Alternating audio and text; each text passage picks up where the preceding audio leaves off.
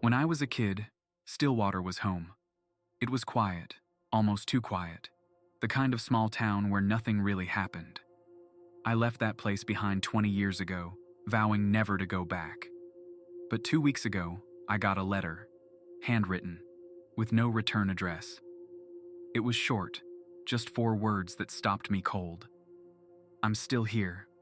Lily. Lily was my best friend growing up. She disappeared when we were 12. No leads, no suspects, just gone. The police searched, the town whispered, but eventually, everyone moved on. Everyone except me. I carried that guilt for years, knowing I was the last person to see her alive. I tried to ignore the letter, but it gnawed at me. How could she be alive? How could she know where to find me? Against my better judgment, I packed a bag and drove back to Stillwater, a place I'd sworn never to see again. The moment I crossed the county line, something felt off. The air seemed heavier, the roads quieter than I remembered. The streets were deserted, not a soul in sight. I figured it was late, but even in Stillwater, you'd expect a few porch lights on or a dog barking. Instead, it was like time had stopped. My old house was exactly as I remembered it, down to the cracked paint on the shutters and the rusted swing set in the backyard. I half expected my mom to open the door and yell at me for tracking mud into the house. But when I stepped inside, the air was stale, the furniture covered in sheets. I was about to leave when I saw it. Another letter, sitting on the dining room table. It was the same handwriting as the first one, and this time it said, "The playground, midnight." I didn't know what to think. Was someone playing a cruel joke? If they were, they'd gone to a lot of trouble. My gut told me to leave, but curiosity, or maybe guilt, pulled me forward. The playground was just as I remembered it. Rusted swings swayed in the breeze, and the merry-go-round creaked softly, as if it had never stopped spinning. That's when I saw her. She was sitting on the swing, her back to me. Her long hair, her posture, it was unmistakable. It was Lily. I called out, but she didn't move. As I got closer, I felt my stomach twist. She turned slowly, and my breath caught in my throat. It was Lily, but wrong. Her face was older, unnaturally aged, like she'd lived decades in the years since I'd last seen her. Her eyes were hollow, her skin gray and stretched. She smiled, a grotesque, unnatural grin, and whispered, "You left me." Before I could react, she disappeared, leaving the swing creaking behind her. I ran back to the house, my heart pounding. I didn't sleep that night. The next morning, I went to the library, desperate for answers. Most of the books and records were gone, but I found a dusty diary tucked behind a shelf. It belonged to the town historian, and as I flipped through it, a pattern emerged. Children disappearing, always in pairs, always near the woods.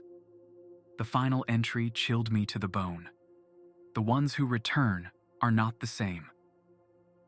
That evening, the whispers started. At first, I thought it was the wind, but then I heard my name. It was faint, coming from the direction of the woods. Against my better judgment, I followed the sound, flashlight in hand. The woods were darker than I remembered, the trees looming like giants. The whispers grew louder, and then I saw them, reflections in the puddles along the trail. But they weren't mine. They were glimpses of Lily and me as kids, laughing, playing, daring each other to go deeper into the woods. Then came the memory I'd buried for years. That day, we'd heard something, an eerie hum that seemed to vibrate through the trees. I'd panicked and told Lily to run, but I didn't wait for her. I ran back to town, thinking she was right behind me. She wasn't. Back in the present, the whispers turned into laughter, distorted and echoing. I spun around, shining my flashlight wildly, but the beam only revealed more shadows. I ran back to the house, locking the door behind me. That night, I woke to the sound of voices, dozens of them calling my name. I peeked out the window and froze. The street was full of people. At first I thought it was the townsfolk, but their movements were jerky, unnatural, like puppets on strings.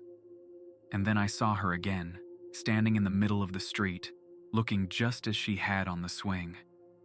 Lily stared up at the window, her eyes meeting mine. She mouthed something I couldn't hear, but I didn't need to.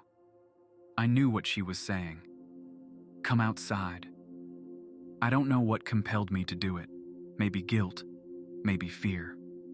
I stepped outside, and the figures parted, forming a path to Lily. As I approached, she spoke, her voice a mix of her childhood tone and something dark and alien. We're all still here, Daniel. We've been waiting for you. Before I could react, the figures lunged, their faces twisting into familiar ones, kids I grew up with, neighbors, even my own parents. They dragged me to the woods, their cold hands pulling me into the shadows. The last thing I remember is Lily's voice, soft and full of sorrow. You should have stayed away. Now I'm part of Stillwater, bound to its shadows. If you ever get a letter from someone you've lost, don't answer it. Some places don't let you go, and some memories should stay buried.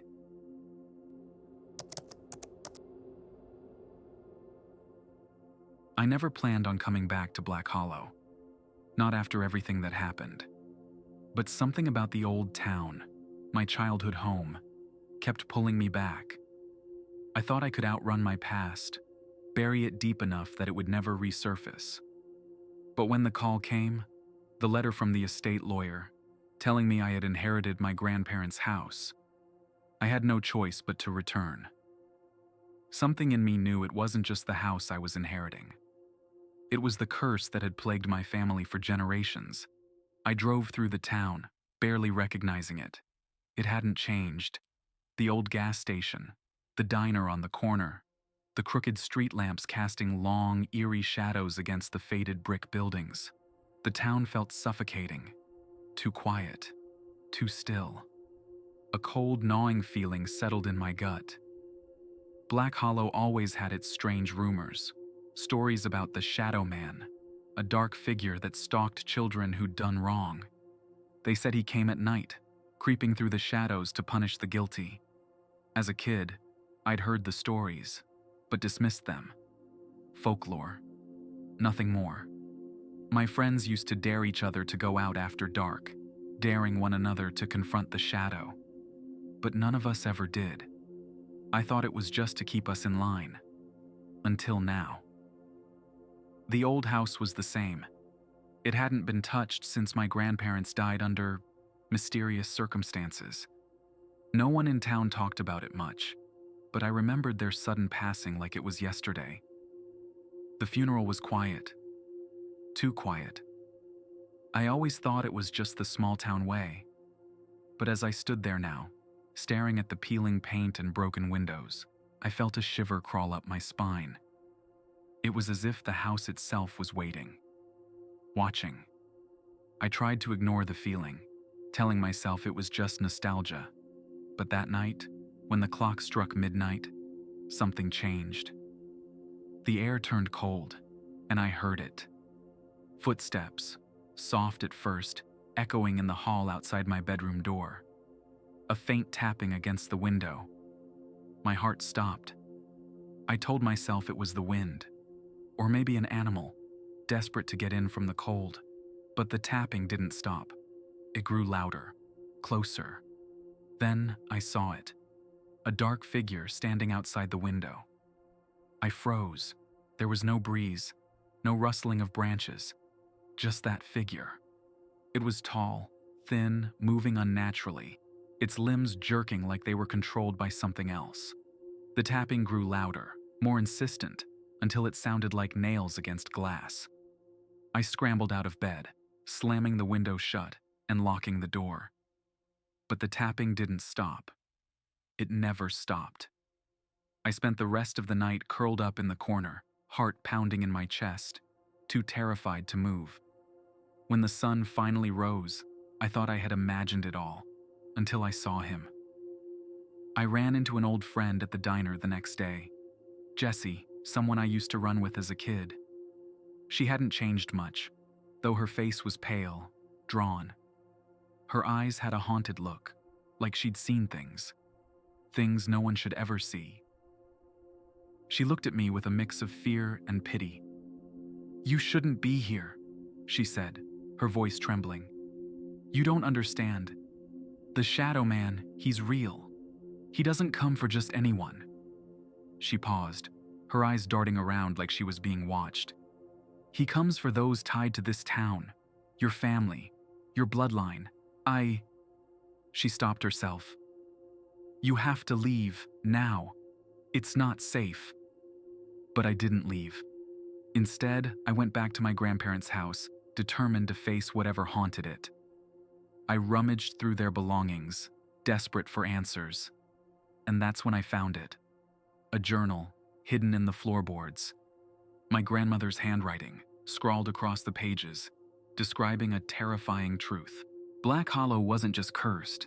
The town's survival was dependent on one thing: a yearly sacrifice to the Shadow Man. The townspeople had to offer someone to him to keep the curse from spreading. The Shadow Man was not some vengeful spirit. He was the spirit of the town itself, born from the sins of the first settlers. And my grandparents? They were the last sacrifice. They had given their lives to keep the curse from consuming the entire town. I had read enough, but I couldn't stop. I had to know more. As I tried to leave, the town began to change. The streets were no longer familiar. The buildings, once comforting, seemed to close in around me. The townspeople, who had always seemed so friendly, now avoided my gaze. Their eyes were empty, hollow, like they knew something I didn't, like they had all been waiting for this moment. For me, it hit me all at once. I wasn't just an outsider anymore. I was tied to this place, to its history. My bloodline had always been tied to the curse. My grandparents were the last to die, but they hadn't ended it. They had just postponed it. And now, it was my turn. I tried to run, but the town wouldn't let me. The streets twisted around me, pulling me back. The people, my neighbors, the people I had known my whole life, they were all in on it. I was surrounded, trapped. And then Jessie, my childhood friend, appeared at the head of the crowd. Her eyes were empty. There was no fear in her anymore, just acceptance. "The Shadow Man isn't a spirit," she whispered, her voice cold, hollow. "He's our grandfather, your grandfather." She stepped aside, revealing a figure behind her, a dark, hulking shape. My blood ran cold as I recognized the man, or what was left of him. It was my grandfather. The town had known. They'd always known. And they had been preparing for me. The Shadow Man was not a ghost. He was my family, my legacy. He had sacrificed his children to keep the curse alive, and now it was my turn to continue the cycle. With a scream, I tried to run, but the townsfolk grabbed me, dragging me back into the darkness. And as I was pulled into the cold night, I realized the truth. There would always be someone to take the sacrifice, someone tied to the bloodline. The Shadow Man was never going to stop, and neither would Black Hollow.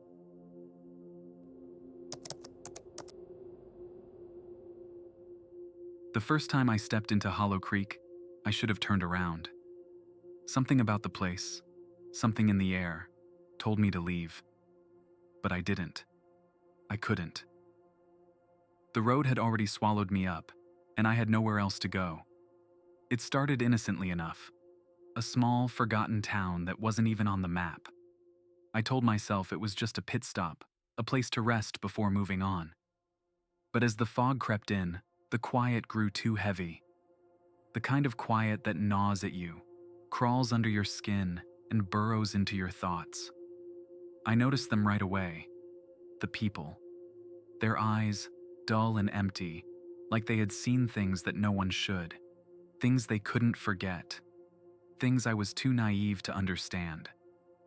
I should have known better than to stay. But when the man appeared, I couldn't just leave. He called himself the caretaker. Tall, thin, with eyes so hollow they seemed to suck the light from the room. He said I was expected, and there was nowhere to go but the chapel on the hill. I didn't want to go. Something in his voice chilled me to the bone. But I walked anyway, because it felt like I had no choice. The moment I crossed into the churchyard, it felt like I'd stepped into another world. The wind died, the fog thickened. It felt as if the ground itself had become heavier, pulling me in, locking me there. I couldn't even remember why I'd come. When I saw the altar, I froze. Ryan, my childhood friend. I thought I'd forgotten him, forgotten the day he died. But there he was, sprawled across the altar in front of me, lifeless and twisted. His eyes open, staring right through me like they always had when he was alive, always waiting for me to see something I never wanted to. I stumbled back, but the door slammed shut behind me. My heart pounded in my chest. I tried to scream, but the sound got stuck in my throat. And then I heard it, the tapping. Soft at first, like a distant knock on wood, but growing closer. Every tap sent a shiver down my spine. I tried to turn, to escape, but I couldn't. That's when I heard the caretaker's voice, cold and cruel. "You're here because of what you did." I couldn't breathe. My head spun. "What?" I gasped, barely able to speak. The caretaker stepped forward from the shadows. He didn't move like a man. He moved like something else. The harvest isn't just for the innocent. It feeds on guilt, on sins that have never been paid for. And you, Ethan, you've been carrying yours for a long time. My sins. Suddenly, the weight of it all crashed down on me. Ryan. I had forgotten him, hadn't I? Forgotten that one moment that would haunt me for the rest of my life. We were just kids, but that day I pushed him. We fought, argued over something stupid, something I can't even remember now. But I pushed him down the stairs. He hit his head. Blood. Too much blood. He died. And I left him. I ran. I never told anyone. I buried it in the back of my mind. But Hollow Creek, it knew. Your past has led you here, the caretaker continued, his voice slithering through my thoughts. The sins you've run from, they have a way of finding their way back to you. The tapping grew louder, and that's when I saw them. Faces in the fog, twisted shapes moving, not quite human. They were the souls of the damned. Souls that had been here before me. Faces I didn't recognize, but somehow I felt I knew them. They were all staring at me, waiting. I could hear Ryan's voice now, but it was different, twisted, a whisper that clawed at my ears. "Ethan, you left me." I backed away, my hands shaking. My heart slammed against my ribs. The ground seemed to shift beneath my feet. I was drowning in the fog. "Ryan," I whispered, but it wasn't his voice. It wasn't him. It was the town, the curse, the harvest. I tried to flee, but the chapel door wouldn't budge. I couldn't escape. "You are part of this," the caretaker said, a wicked grin spreading across his face. "You always have been." The fog around me began to swirl. The faces, the voices, they grew louder. They were his victims, the ones I had hurt, the ones I had failed to save. Faces of people I didn't even know, but who somehow felt like mine. The town's curse wasn't just about blood. It was about guilt. The ones who had been wronged. The ones who had died because of me. Suddenly, everything hit me. The weight of the town. The weight of my past. I wasn't just stuck in a haunted town. I was part of it. My sins had led me here. Hollow Creek was a mirror, one I couldn't escape. The caretaker's laughter filled the room, chilling my bones. "You think you're different? You think you can outrun your past?" he asked, his voice dripping with malice. "You can't. You've always been part of the harvest, and now Now you'll watch as others like you join the cycle. The floor beneath me cracked open and the darkness swallowed me whole. I don't know what happened after that, but I woke up in the chapel, alone. My hands were cold, trembling, and when I looked into the mirror hanging on the wall, I saw it. Myself, a face I didn't recognize. Hollow, empty eyes, a smile that didn't belong to me. I wasn't just a visitor anymore. I had become the new caretaker. And Hollow Creek? It was waiting for its next victim, waiting for the next soul to be consumed. It was always hungry. And now, I wait. You'll never outrun your past. It always finds you. And in Hollow Creek, it will consume you, just like it consumed me.